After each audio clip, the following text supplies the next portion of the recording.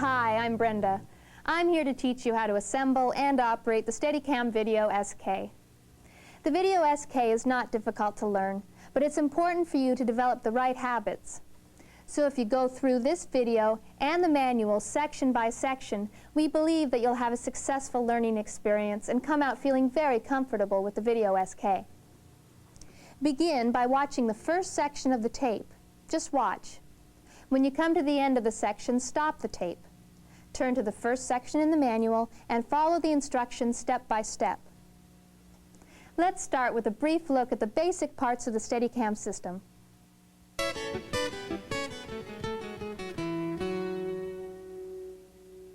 This assembly is called the sled. At the top of the sled is a camera platform called the stage.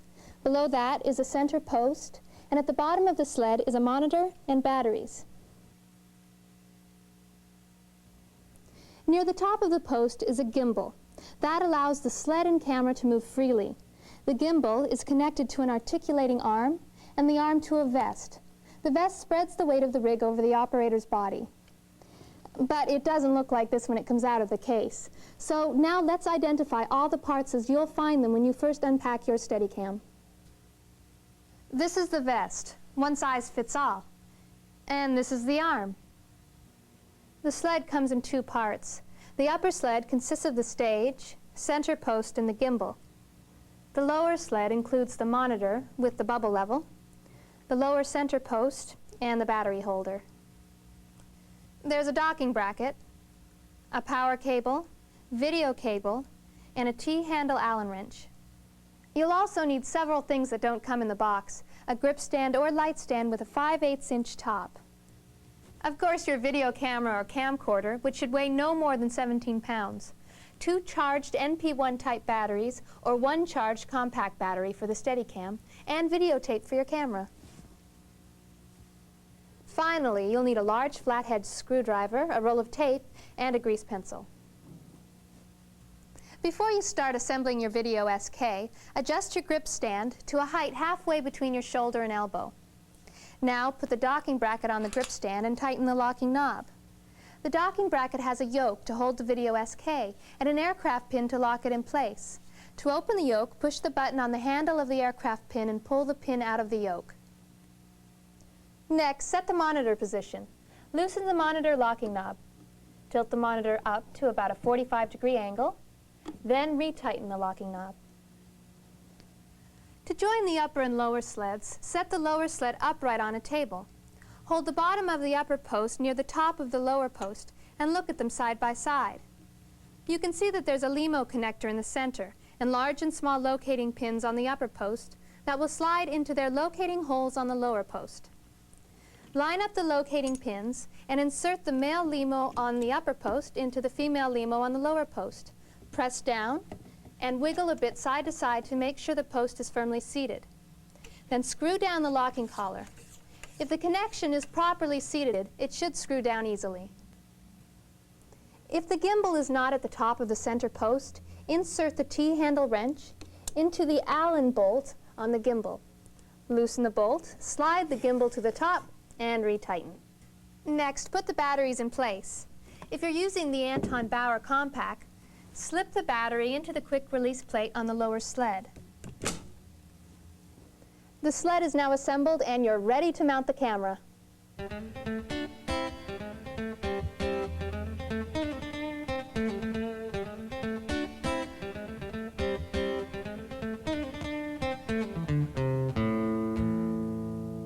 Before mounting your camera on the sled, you need to find its center of balance. First, remove the battery from your camera. You don't need it, and it adds weight to the system. Now, hold the camera by the handle with 2 fingers of one hand. Move your fingers back and forth until the camera hangs level and balanced. Use a grease pencil to mark the place on the quick release plate that's directly below the position of your fingers on the handle.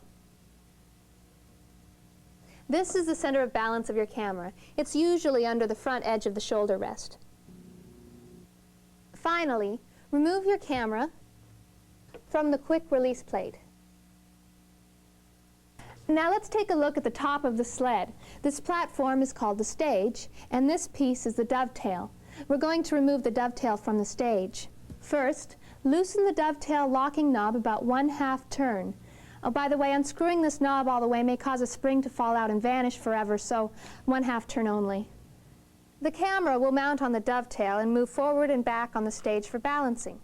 Safety stops prevent the camera assembly from sliding off the stage when the dovetail locking knob is loose. To remove the dovetail, pull it to the back of the stage until it stops. Now locate the safety catch underneath the stage, pull the safety catch down, and pull the dovetail all the way out of the stage. Make sure the safety catch springs back into position when the dovetail is out. Now let's take a moment to examine the bottom of the dovetail. The front of the dovetail is this end where these 2 screws are stored. You'll use them to mount the dovetail to the quick release plate. Take them out before mounting. There are 3 rows of mounting slots on the dovetail. We'll use the center row. The slots alternate between large ones that accommodate the large screw and small ones for the small screw. Finally, on one side of the dovetail is a rack. That will engage with the pinion on the stage to move the camera fore and aft. Now let's attach the quick release plate to the dovetail. First, place the quick release and dovetail bottom side up and side by side, both facing forward. You should see the screw holes on the quick release, and the rack should be on your right. Then place the dovetail on top of the quick release so the center row of slots lines up with the row of screw holes. Slide the dovetail forward or back so the center of the rack lines up with the center of balance mark you made on the side of the quick release. Finally, adjust the position of the dovetail forward or back until 1 large screw hole and 1 small screw hole show through the slots in the dovetail. Choose holes as far apart as possible for maximum stability. Insert the large and small screws and tighten them with a screwdriver. Before you put the dovetail back on the stage, take a moment to examine the stage and how it works. The stage is where you adjust the balance of the Steadicam both fore and aft and side to side. Turn the fore-aft knob and watch the pinion move. The pinion engages with the rack on the bottom of the dovetail to move the camera forward and back. While you're here, try turning the side-to-side adjustment knob. You'll see how this screw moves the stage from side to side. There's no locking knob for this adjustment. Now you're ready to put the dovetail and quick release back on the stage. The back end of the stage is machined to make insertion easier. Just insert the dovetail and slide it forward until it clicks. If you encounter resistance, turn the fore-aft knob to engage the rack and pinion and push the plate forward until you hear the click of the safety catch. The fore-aft knob will now move the camera plate back and forth. Finally, clip your camera onto the quick release. Now it's time to connect the power and video cables. The BNC cable supplies video to the video SK monitor through the connector at the top of the sled. Be sure to use deck video out instead of camera video out so you can watch playback on the video SK monitor. To insert the LEMO power connector, line up the 2 red dots and push the connector in. To remove the LEMO, pull back on the serrated collar. The other end of the power cable goes to the 12-volt DC in on your camera. Make the cables neat by coiling them under the shoulder rest and securing them with cable ties or tape. Just be sure they're loose enough so they don't inhibit fore-aft adjustment. Finally, power up the camera and monitor. Set the 75 ohm termination switch to the terminated position. Adjust the brightness and contrast controls to make sure you have a picture, then turn the system off.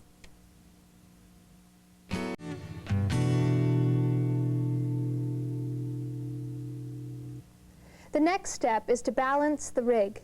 We will begin with rough balance, and then we'll fine-tune later. Start by loosening the dovetail locking knob under the stage.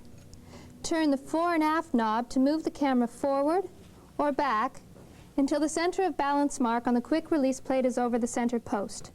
Then, retighten the locking knob.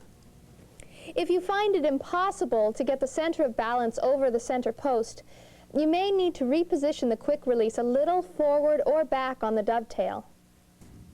To make a rough side-to-side adjustment, Look under the camera and turn the side-to-side knob on the stage until the quick-release mounting holes are centered over the center post.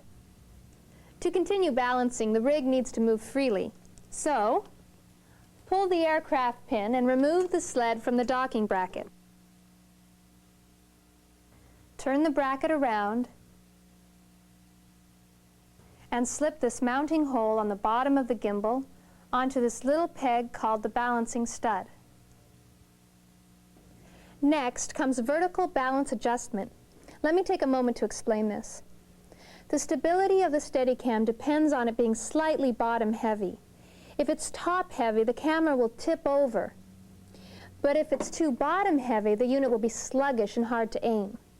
But if it's just slightly bottom heavy, it'll be stable and easy to control, and that's what we're after. The way we adjust vertical balance is by changing the position of the sled on the gimbal, and the gimbal acts as a pivot point. To do that, we will loosen this gimbal locking Allen bolt with a T-handle Allen wrench. Now be careful here. If you loosen the gimbal when the center post is vertical, the whole weight of the unit will slam down on the gimbal or on your fingers if they're in the way. So, before loosening the gimbal, lift the center post to a horizontal position and rotate it till you can see the gimbal locking bolt. Now, holding the post or camera firmly in one hand, use the T-handle Allen wrench to loosen the gimbal locking bolt. Still holding the wrench, grasp the center post and carefully slide the post in the gimbal. Use your thumb to help you push. Then find the place where it's perfectly balanced, like a seesaw in a fulcrum. Then shift the post through the gimbal so it's just a little heavier at the monitor end than at the camera end. A little bottom heavy. When you think you've got it, retighten the gimbal locking bolt. The unit should be in rough vertical balance. Now, the Steadicam should be very close to floating free, and we can fine-tune the balance. First, look at the Steadicam from the side. In this case, the lens is tipped up, so I need to move the weight of the camera forward to level it. I'll hold the center post vertical. Loosen the dovetail locking knob. Move the camera forward by turning the fore-aft knob until the camera is level, and then retighten the locking knob.